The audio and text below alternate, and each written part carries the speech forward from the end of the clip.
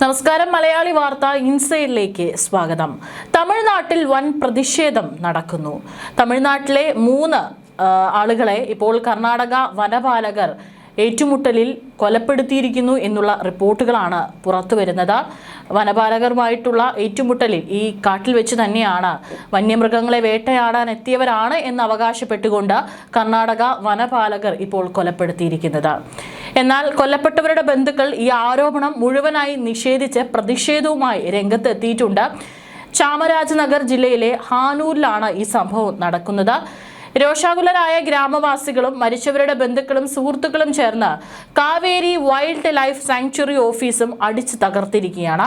ഓഫീസിലുണ്ടായിരുന്ന ഫർണിച്ചറുകളും മറ്റും റോഡിലേക്ക് വലിച്ചെറിഞ്ഞു. ഓഫീസിന് പുറത്ത് വൻ ജനക്കൂട്ടം തടിച്ചുകൂടിയതിനെ തുടർന്ന് മുൻകരുതൽ നടപടിയായി പോലീസ് പ്രദേശത്തും സുരക്ഷ ശക്തമാക്കിയിരിക്കുകയാണ്. അനാവശ്യ സംഭവങ്ങൾ ഒഴിവാക്കാൻ ഹാനൂരിൽ കൂടുതൽ പോലീസുകാരെയും വിന്യസിച്ചിട്ടുണ്ട്. കാവേരി വന്യജീവി സങ്കേതത്തിന് കീഴിലുള്ള വനത്തിൽ 3 പേരും ചേർന്ന് വന്യമൃഗങ്ങളെ വേട്ടയാടുകയും മാംസം വേർതിരിക്കുകയും ചെയ്യുമ്പോഴാണ് സംഭവം നടന്നതെന്നാണ് കർണാടക ഫോറസ്റ്റ് അധികൃതർ അവകാശപ്പെടുന്നത്. ആയുധങ്ങൾ താഴെ വെച്ച് കീഴടങ്ങാൻ വനപാലകർ ആവശ്യപ്പെട്ടുവെങ്കിലും അവർ ഉദ്യോഗസ്ഥർക്ക് നേരെ വെടിയുതിർക്കുകയായിരുന്നു. ഇതേ തുടർന്ന് നടത്തിയ വെടിവെപ്പിലാണ് 3 പേരും കൊല്ലപ്പെട്ടതെന്നാണ് കർണാടക സർക്കാർ വൃത്തങ്ങൾ വ്യക്തമാക്കിയിരിക്കുന്നത്. കൊല്ലപ്പെട്ടവർ ഹാനൂർ താലൂക്കിലെ തോമിയാർ പാളയം സ്വദേശികളാണ്. എന്നാൽ ഈ പറഞ്ഞിട്ടുള്ള അവകാശവാദങ്ങൾ പൂർണ്ണമായും തള്ളുകയാണ് തമിഴ്നാട്. കാണാതായ പശുക്കളെ തിരഞ്ഞ് വനത്തിൽ അബദ്ധത്തിൽ കയറിയ തമിഴ്നാട്ടുകാരായ 3 പേരെയാണ് കർണാടക ഇത്തരത്തിൽ കൊലപ്പെടുത്തിയിരിക്കുന്നത് എന്നാണ് ഇപ്പോൾ ഇവരുടെ ബന്ധുക്കളും അതുപോലെ തന്നെ സർക്കാരും പറഞ്ഞിരിക്കുന്നത്. ഈ സംഭവത്തെ ശക്തമായി അപലപിച്ചിരിക്കുകയാണ് മുഖ്യമന്ത്രി സി ജോസഫ് വിജയ്. ഈ സംഭവത്തിൽ മുഖ്യമന്ത്രി മൗനം പാലിക്കുകയാണെന്ന് MK സ്റ്റാലിൻ ആരോപണം ഉന്നയിച്ചതിന് തൊട്ടു പിന്നാലെയാണ് പ്രതികരണവുമായി വിജയ് എത്തിയത്. ഓഗസ്റ്റ് 15-നാണ് ഈ ഒരു സംഭവം ഉണ്ടായിരിക്കുന്നത്. അല്ലെങ്കിൽ ഈ കാവേരി നദീ പ്രശ്നവുമായി ബന്ധപ്പെട്ട് തമിഴ്നാടും കർണാടകയും തമ്മിലുള്ള തർക്കങ്ങൾ തുടരുകയാണ്. ഇതിന്റെ ഭാഗമായിട്ട് കർണാടകയിൽ അവിടെ ബന്ധും സമരങ്ങളൊക്കെ തന്നെ നടക്കുന്നുണ്ടായിരുന്നു.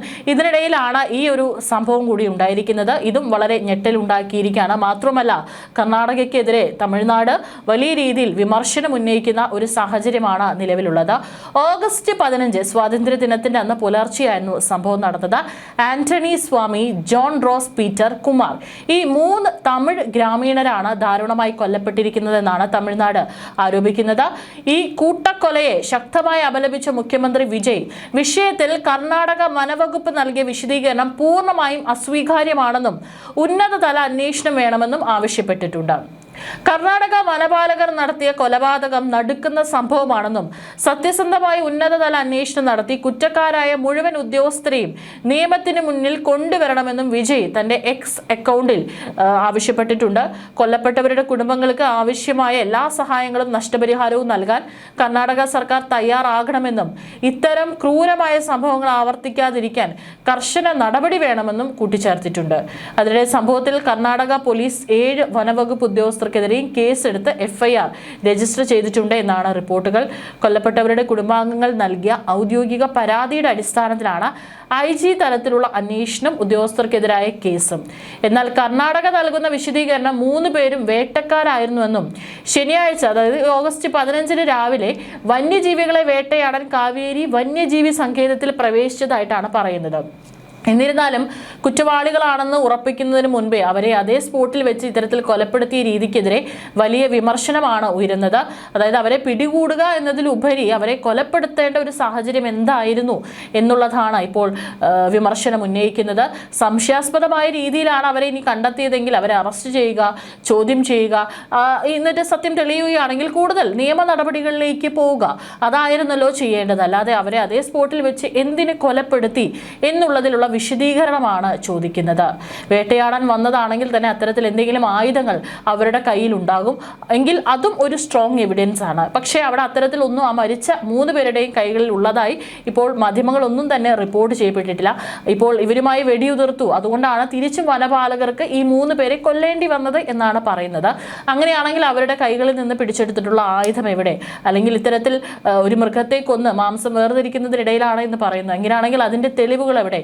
ഇതൊന്നും തന്നെ പുറത്ത് വന്നിട്ടില്ല എന്നുള്ളതാണ് യാഥാർത്ഥ്യം. അങ്ങനെയാണെങ്കിൽ എന്തടിസ്ഥാനത്തിലാണ് അവരെ ഇത്തരത്തിൽ കൊലപ്പെടുത്തിയത് എന്നുള്ള കാര്യത്തിൽ കൃത്യമായിട്ടുള്ള മറുപടി കർണാടക സർക്കാർ തന്നേ മതിയാകൂ എന്നാണ് ബന്ധുക്കളടക്കം ആരോപിക്കുന്നത്. ഒന്ന് ആലോചിച്ച് നോക്കണം, ഒരുപക്ഷെ അബദ്ധത്തിൽ കയറിയതാണെങ്കിൽ കൂടി ഇത്തരത്തിൽ ഈ ഒരു രീതി, ആദ്യത്തെ ഒരു നിയമ നടപടി എന്ന് പറയുന്നത് അവരെ പിടികൂടുക അല്ലെങ്കിൽ അവരെ ചോദ്യം ചെയ്യുക തുടങ്ങിയിട്ടുള്ള കാര്യങ്ങളാണ്. ഇപ്പോൾ ഇത്തരത്തിലൊരു സംഭവം നമ്മുടെ കേരളത്തിലാണ് സംഭവിച്ചതെങ്കിൽ ഒന്ന് ആലോചിച്ച് നോക്കൂ, വലിയ രീതിയിൽ ഒരു വിഷയം ആളിക്കത്തുമായിരുന്നു, വലിയ രീതിയിൽ അത് പ്രതിഷേധങ്ങൾക്ക് ഇടവയ്ക്കുമായിരുന്നു, വലിയ രീതിയിൽ സർക്കാരിനെതിരെ ജനം തിരിയുന്ന ഒരു സാഹചര്യം ഉണ്ടാവുമായിരുന്നു. എന്നിട്ടും എന്തുകൊണ്ടാണ് വിജയ് ഈ ഒരു വിഷയത്തിൽ ഒരു ദിവസം കഴിഞ്ഞതിന് ശേഷം ഒരു പ്രതികരണം നടത്തിയത് എന്നുള്ളൊരു ചോദ്യം കൂടി ഉയരുന്നുണ്ട്. പശുക്കളെ തെരഞ്ഞുപോയ നിരപരാധികളായ ഗ്രാമീണരെയാണ് വനപാലകർ ക്രൂരമായി വെടിവെച്ച് കൊന്നതെന്നാണ് പോലീസിന്റെ FIRൽ വ്യക്തമാക്കുന്നത്. എന്നാൽ കുറ്റക്കാരായ മുഴുവൻ ഉദ്യോഗസ്ഥർക്കെതിരെയും ഉടൻ കർശന നടപടി സ്വീകരിക്കണമെന്നും അർഹമായ നഷ്ടപരിഹാരം ലഭ്യമാക്കണമെന്നും ആവശ്യപ്പെട്ട് ബന്ധുക്കളും നാട്ടുകാരും പ്രദേശത്ത് ഇപ്പോഴും ശക്തമായ പ്രതിഷേധത്തിലാണ്. ബന്ധുക്കൾ അനുവാദം കൊടുക്കാത്തതിനെ തുടർന്ന് കൊല്ലപ്പെട്ടവരുടെ പോസ്റ്റ്മോർട്ടം നടപടികൾ ഇനിയും ആരംഭിക്കാൻ സാധിച്ചിട്ടില്ല. വനവകുപ്പിന്റെ അനാവശ്യമായ വെടിവെപ്പിനെതിരെ അതിർത്തി ഗ്രാമങ്ങളിൽ വൻ അമർഷവും പ്രതിഷേധവുമാണ് പുകയുന്നത്. ഇത് രണ്ട് സംസ്ഥാനങ്ങൾ തമ്മിലുള്ള പ്രശ്നമാണ്. അതുകൊണ്ട് തന്നെ ഇത് വലിയ രീതിയിൽ ഈ വിഷയം ആളിക്കത്താനുള്ള സാധ്യതയുണ്ട്. ഇരു സംസ്ഥാനങ്ങളും തമ്മിലുള്ള പല വിഷയങ്ങളിലുള്ള ഒരു ശത്രുതാ മനോഭാവം അത് ഇപ്പോൾ സാധാരണക്കാരിലേക്കും ഇറങ്ങി വന്ന് അത് വലിയ രീതിയിൽ ഒരു വിഷയമാകാനുള്ള സാധ്യതയും ഇവിടെയുണ്ട്. ആക്രമണം നടത്തിയ ഉദ്യോഗസ്ഥർക്കെതിരായ ശക്തമായ നടപടി സ്വീകരിക്കണമെന്നും കൊല്ലപ്പെട്ട കുടുംബാംഗങ്ങൾക്ക് അർഹമായ നഷ്ടപരിഹാരം ഉടൻ തന്നെ ഉറപ്പാക്കണമെന്ന് ആവശ്യപ്പെട്ടും ബന്ധുക്കളും നാട്ടുകാരും പ്രതിഷേധത്തിലാണ്. ബന്ധുക്കൾ അനുമതി നൽകാത്തതിനെ തുടർന്നാണ് ഇതുവരെയും പോസ്റ്റ്മോർട്ടം നടപടികൾ ആരംഭിച്ചിട്ടില്ല. ചാമരാജനഗറിലും മൈസൂരിലും ഇന്നലെയും പ്രതിഷേധം പൊട്ടിപ്പുറപ്പെട്ടു. വനപാലകർക്കെതിരെ നീതിയും നടപടിയും ആവശ്യപ്പെട്ട് മരിച്ചയാളുടെ ബന്ധുക്കളും ഗ്രാമവാസികളും ഹനൂരിലെ ദത്തി വനമേഖലയിൽ ഒത്തുകൂടിയതായി റിപ്പോർട്ട് കൂട്ടിച്ചേർത്തിട്ടുണ്ട്. മാലെ മഹാദേശ്വര ബേട്ടയിലേക്കുള്ള റോഡും പ്രതിഷേധക്കാർ ഉപരോധിച്ചു. തമിഴ്നാട്ടിൽ 3 പേരും വേട്ടക്കാരാണെന്നാണ് കർണാടക വനവകുപ്പിന്റെ വാദത്തെ DMKയും PMKയും ചോദ്യം ചെയ്യുകയും ഉത്തരവാദിത്തം ആവശ്യപ്പെടുകയും ചെയ്തിട്ടുണ്ട്.